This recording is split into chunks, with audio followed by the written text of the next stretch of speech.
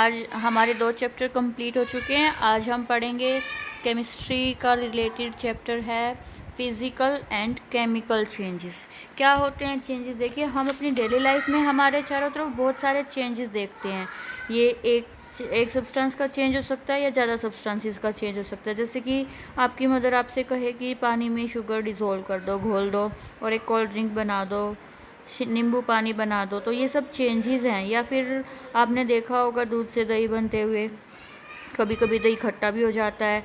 तो वो दही बनना, दूध से दही का बनना एक अलग चेंज है और दही का खट्टा होना एक अलग चेंज है। आपने रबड़ को स्ट्रेच करा होगा, खींचा होगा, देखा होगा उसमें कैसे चेंज आता है। तो हमने बहुत सारे अपने चारों तरफ चेंज देखे हैं और उन चेंजेस के अकॉर्डिंग उन्हें, उनकी प्रॉपर्टीज़ के अकॉर्डिंग ही उन्हें physical and chemical changes name दिया जाता है।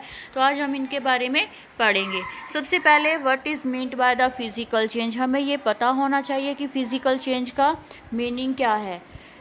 It is a change in the shape of matter without any change in its structure. मतलब शेप में चेंज आ जाता है। स्ट्रक्चर का मीनिंग क्या है कि उसकी इंटरनल प्रॉपर्टीज़ में कोई चेंज नहीं आता। फॉर एग्जांपल, मैंने एक कागज़ को फोल्ड किया, उसकी एरोप्लेन बनाई, तो मैं उस एरोप्लेन से वापस उस कागज़ को ले सकती हूँ ना। मतलब मोस्टली फिज़िकल चेंज है वो मोस्टली रिवर्सिबल होते हैं, सभी नहीं होते हैं, लेकिन मोस्ट चेंजेस रिवर्सिबल होते हैं। मतलब उन्हें वापस वैसा ही कर सकते हैं। जैसे फोल्डिंग ऑफ पेपर एक एग्जाम्पल है। फिजिकल चेंज में क्या है? This means that by a way और another the changed matter can be return back to its original case. यही मैंने बताया कि एरोप्लेन का एग्जांपल देकर पेपर से, कि हम उस पेपर से, जब हमने एरोप्लेन बनाई, उस एरोप्लेन से हम वापस वैसा ही पेपर ले सकते हैं। इट मीन्स कि वो रिवर्सिबल है। तो जो फिजिकल चेंज है वो लगभग रिवर्सिबल होते हैं। एग्जांपल्स देखिए इसके क्या क्या है। मेल्टिंग ऑफ आइस, अगर आइस मेल्ट हो गई है, बर्फ़ पिघल गई है, तो हम अगर उस बर्फ़ को फिर से फ्रिज में रखते हैं तो वो फिर से जम जाती है, फिर से आइस में चेंज हो जाती है ना। तो इससे सिर्फ मैटर की स्टेट में चेंज आया। स्टेट आपको पता है मैटर की 3 होती है, solid, liquid and gas. Cooling and heating से उनमें चेंजेस आते हैं। तो ये एग्जांपल है फिजिकल चेंज के। Dissolving of table salt in water, जब हम पानी में नमक को घोलते हैं तो वो भी एक फिजिकल चेंज का ही एग्जांपल है। कटिंग ऑफ पेपर, हमने पेपर को कट किया, हम उसे देखो पेपर को कट किया, छोटे छोटे टुकड़ों में डिवाइड किया, हम उसे वापस पूरा पेपर वैसा शायद ना ले सकें, लेकिन उसमें कोई भी नया चीज़ नहीं बन रही है। मतलब जब कोई नई चीज़ नहीं प्रोड्यूस होती तो वो भी एक फिजिकल चेंज होता है। कटिंग ऑफ पेपर इसका एग्जांपल है। मेल्टिंग ऑफ चॉकलेट पिघल गई है तो हम इसे फ्रिज में रखकर फिर से उसे फ्रीज कर सकते हैं। Bending, ducting of metal means अगर हम मेटल को मोड़ दिया, हमने बेंड कर दिया या उससे तार बना ली, वो भी एक फिजिकल चेंज है।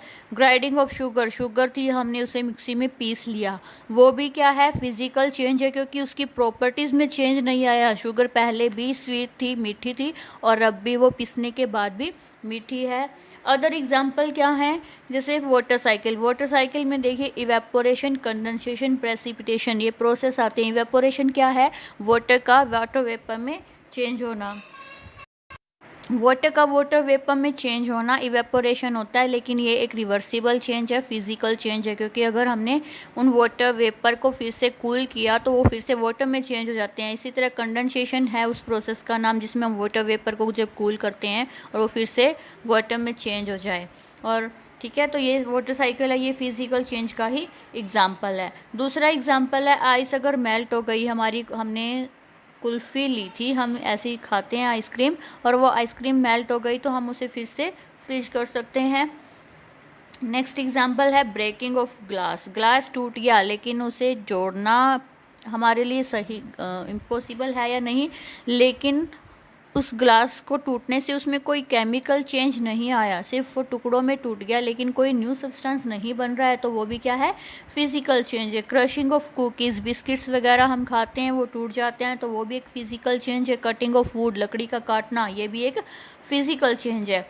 Second is what is meant by the chemical change. Chemical change क्या होता है? It is a change in the shape and the structure of substance giving a new substance with new properties. मतलब shape में change आता है, structure में change आता है, उसके साथ मोस्ट इम्पोर्टेंट क्या है कि इसमें एक नया सब्सटेंस बनता है। इसका एग्जांपल देती हूँ। हमने कागज़ का एग्जाम्पल लिया था फोल्ड करने का, जो फिजिकल चेंज था। अब हमने उसी कागज़ को बर्न कर दिया, जला दिया, उससे क्या बना, राख बनी। लेकिन हम उस राख से कागज़ को वापस बना सकते हैं? नहीं बना सकते ना। कागज़ को हमने जलाया तो उससे एक नया सब्सटेंस बन गया, राख बन गई, ऐश बन गई। तो वो क्या है, एक केमिकल चेंज है, क्योंकि इसमें एक न्यू सब्सटेंस बना है। और मोस्टली केमिकल चेंज होते हैं वो इरिवर्सिबल होते हैं, हम उसे वापस नहीं कर सकते।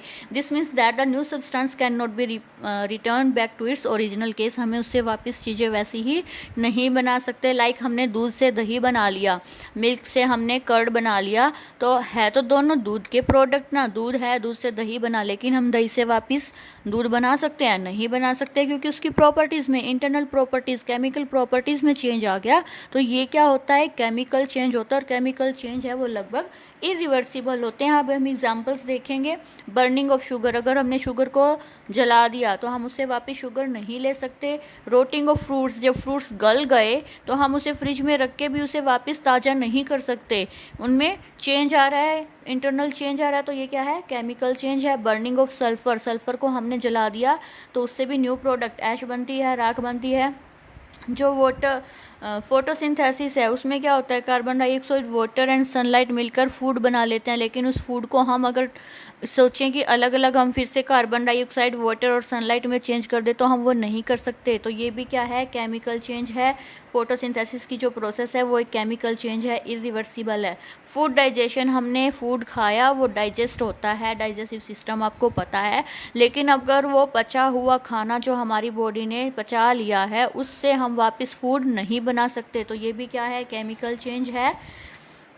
अदर एग्जाम्पल क्या है इसके, आयरन रस्ट, आयरन को जंग लगना, लोहे को जंग लगना। जब हमने एग को कुक कर लिया, ऑमलेट बना लिया, या किसी भी रोटी भी बना ली, तो रोटी से हम वापस आटा नहीं ले सकती। सब्जी बना ली तो सब्जी से हम वापस कच्ची सब्जी नहीं ले सकती। दही का बनना, योगर्ट दही को बोलते हैं। फर्मेंटेशन ऑफ ब्रेड, ब्रेड बना ली तो उससे वापस हम वही आटा नहीं ले सकते। पटाखे फूट गए तो हम उससे वही पटाखे नहीं बना सकते। तो ये सब क्या है, केमिकल चेंजेस हैं। आज इंट्रोडक्टरी पार्ट था इसका, इतना ही होगा। नेक्स्ट वीडियो में हम और डिटेल में पढ़ेंगे। Thank you.